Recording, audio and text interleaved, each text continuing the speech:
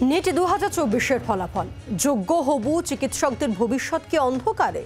এই নিয়ে প্রেস ক্লাবে আলোচনা সভা। অনুষ্ঠানে মূল বক্তা ছিলেন চিকিৎসক কুণাল সরকার ও ফিজিশিয়ান শিক্ষক ডক্টর অর্কদীপ বিশ্বাস। নিট পরীক্ষায় দুর্নীতির অভিযোগ নিয়ে সরব হন দুই বক্তাই।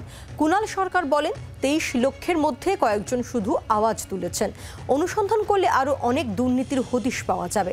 যতক্ষণ রাজ্য নিয়ন্ত্রণ করত ততক্ষণ তবু একটা নজরদারির মধ্যে ছিল সবকিছু। নিট চালু হওয়ার পর আঞ্চলিক ভাষায় পড়াশোনা করা পড়ুয়ারা হতাশাগ্রস্ত হয়ে পড়েছেন।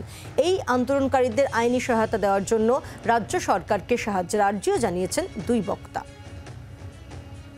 যদি এই জিনিসটাকে অডিট করে, এখনো অডিট করার ইনভেস্টিগেট করার কোনো কথা হয়নি, যদি এটাকে অডিট করে তাহলে পশ্চিমবঙ্গের শিক্ষা দুর্নীতিটাকে মনে হবে যে শীতকালের কুকুরে শনিবারের কুকুরের একটা চড়ুই ভাতির মতো। If you get into the scale of corruption, যেটা 23 লক্ষ ছেলে মেয়েকে দিয়ে হচ্ছে, কোথায় করাপশন হয়েছে?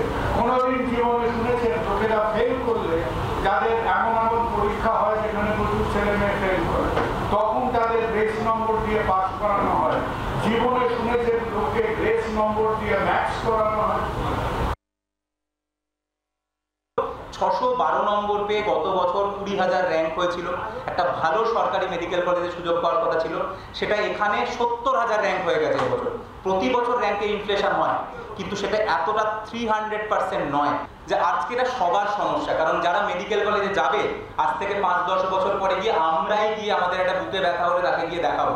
এবার সেটা মায়োকার্ডিয়াল ইনফাকশন নাকি প্যানক্রিয়াটাইটিস নাকি গ্যাস্ট্রাইটিস, সেই ডিসিশন নেওয়ার ক্ষমতাটা একটা যোগ্য ডাক্তারেরই হবে। তাই একজনও অযোগ্য যেন না যায়। এবং দুই, আজকে ছাত্রছাত্রীরা, আমাদের বাংলার ছাত্রছাত্রীরা লড়াই করে, তাই আজকে যদি তারা জানতে পারে আমরা মেধার কাছে হেরে গেছি, আমাদের থেকে ভালো পড়াশোনা করেছে, তাতে কোনো অসুবিধা নেই। কিন্তু আজকে যদি এর পরে বোঝা যায় যে তারা অন্য কোনো শক্তির কাছে হেরে গেছে, তাহলে এই পুরো শিক্ষা ব্যবস্থার উপর যা প্রশ্ন আসবে তাতে মানুষ আর পড়াশোনা করার ভরসাই ছেড়ে দেবে।